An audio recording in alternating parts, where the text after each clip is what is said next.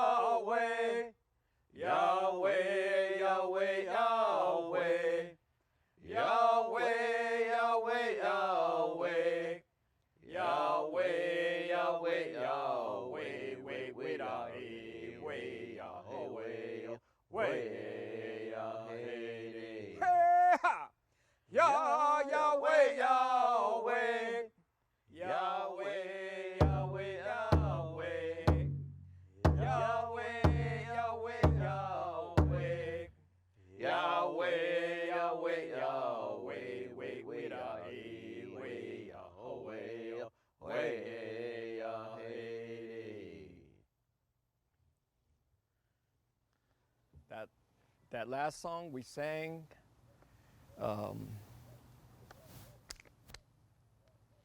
we sang it in memory of all of our people that we've lost in this past year and a half and going into another year, it seems like, with this pandemic and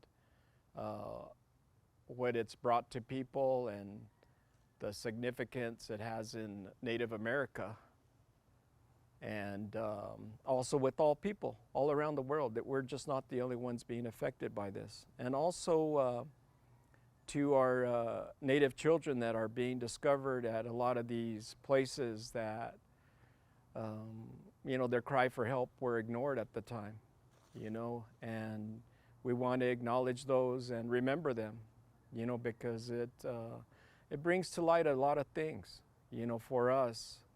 You know, as Pueblo people, we were put in that type of circumstance when the Spaniards and the Europeans came as Pueblo people. You know, we saw, we've heard the stories, you know, growing up of what happened. And, you know, just recently the Pueblo Revolt of 1680 is observed on August 10th. And that was a time when the native Pueblo peoples, you know, forced the Spaniards back out for 12 years. You know, and when the Spaniards came back, they came back stronger and with a bigger threat. You know, it wiped out a lot of native communities, Pueblo communities, and we want to remember them, you know, because for us, Christianity and some of these things that were brought to us and forced upon us, you know, weren't in a good way, you know, and sometimes, you know, even my dad used to talk about growing up in that, there was a mission school at the Pueblo where I was from, and, you know, he had stories about a lot of the abuse there. He went to also a boarding school in Santa Fe where he didn't want to talk a lot about that, you know, but I know there was a lot of pain there for him and what he went through there. So that last song we sang was in memory of all of our peoples, you know, that we've lost to the pandemic, the children whose cries weren't heard during those times way back when they were just buried. And you know, I just saw recently an excuse by someone saying, oh yeah, they were sick and they were just buried like that. And it's hard for me to accept that, you know. So today, you know, we wanted to sing that song. So this next song we want to sing about is gonna bring life. You know what, this song my mom and I composed when she was going through the very first stages of her Alzheimer's.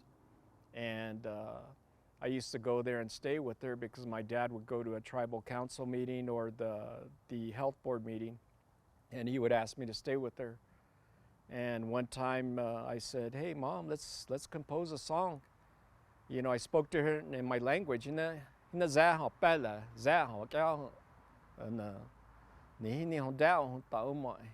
that's what I told her. I said, let's put a song together so we can sing it, and you know, it'll be me and you.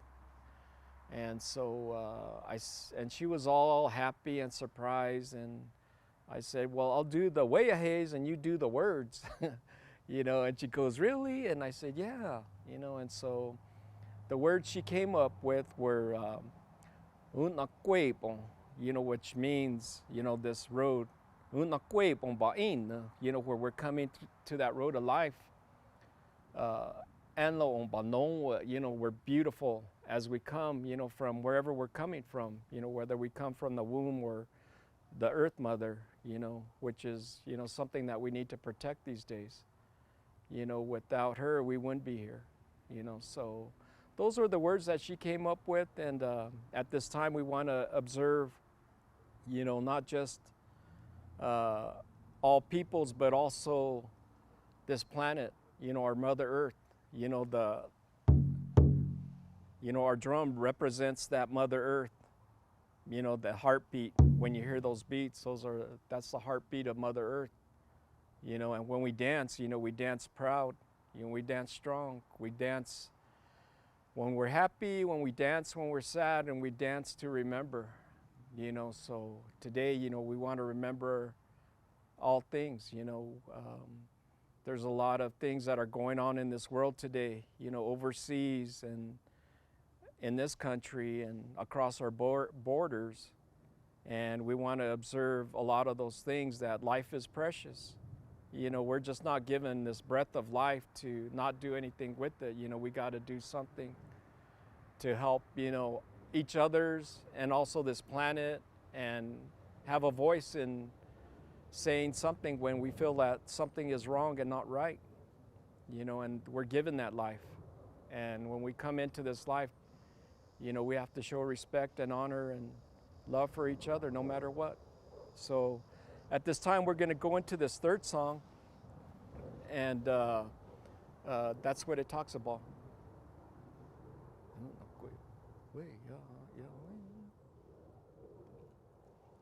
We'll just start.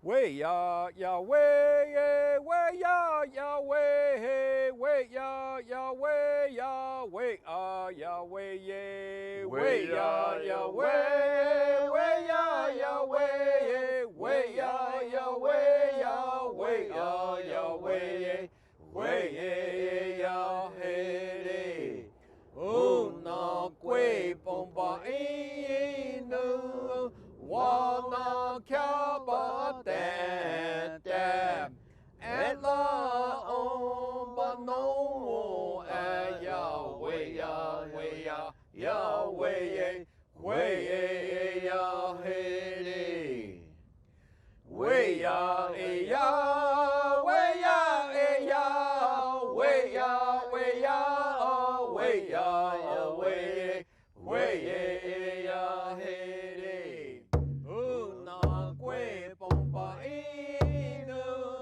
wanna kaba dan dan and la on no ya way ya way ya ya way way ya hey way ya ya way ya way da way ya way ya way ya ya way ya way ya way ya way ya way ya way ya way ya ya way way ya hey una que pompa inu wanna kaba dan dan and la on but no ya way ya way ya ya way way ya hey hey ha way ya way ya way ya way ya way ya ya way way ya hey una que pompa inu wanna kaba dan dan and la on but no ya way ya way ya ya way way ya hey way ya da way ya way da way ya way ya way way ya da way ya da way ya way ya way ya hey una que pompa inu wanna kaba dan dan and la on no ya way ya way ya way way ya hey way ya da way ya way ya way way ya hey una que pompa inu wanna kaba dan dan and la on but no ya way ya hey ya way ya hey way ya, hey ya, way ya, way da, way ya, ya, way ya, way ya, hey, oh na quê bò bò in, wa na kia ba te te, and la on ba no, and ya, way ya, ya, way ya, hey.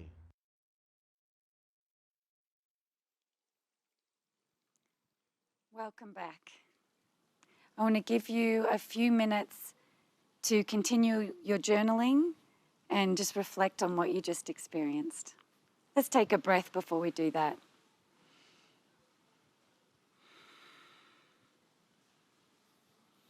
Take some time to journal.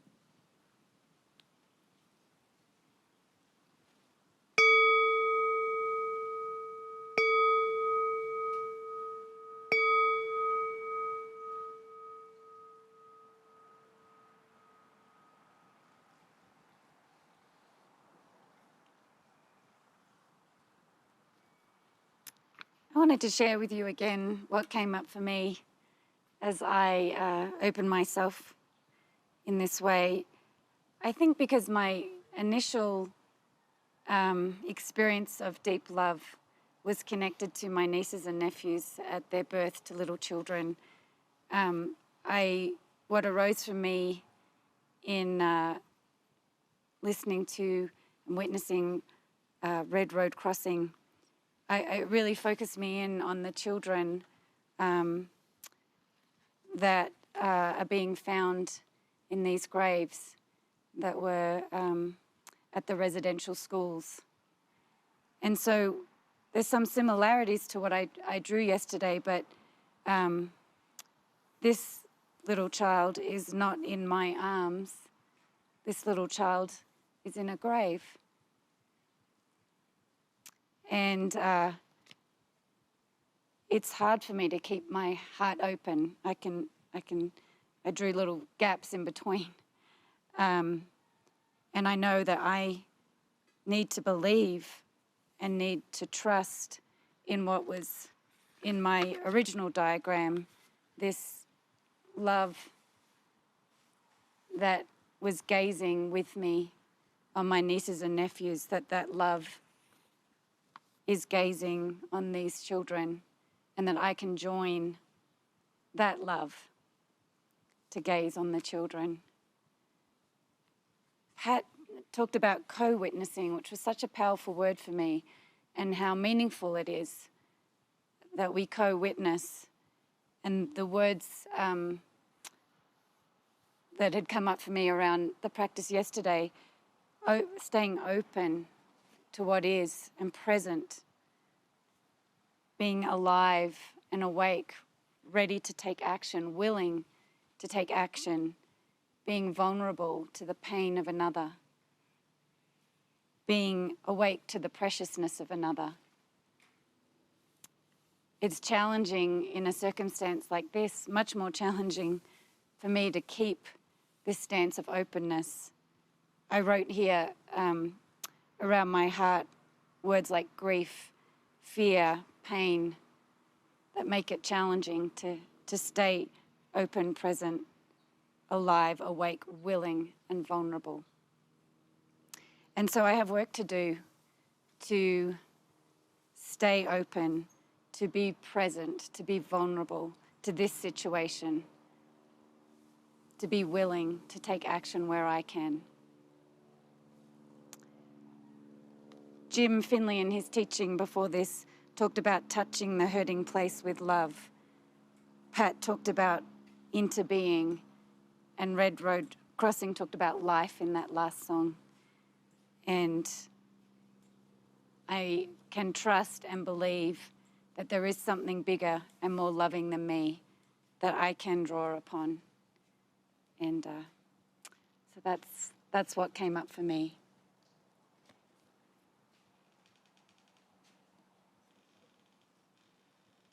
In opening ourselves to love, we're touching on something that is true every moment of life. Together, we are finding our way to knowing ourselves in God's life-giving love, so we can give that to the world. Let's end this practice with a bow of gratitude for the opportunity to connect more deeply to what is most real, to what is most meaningful.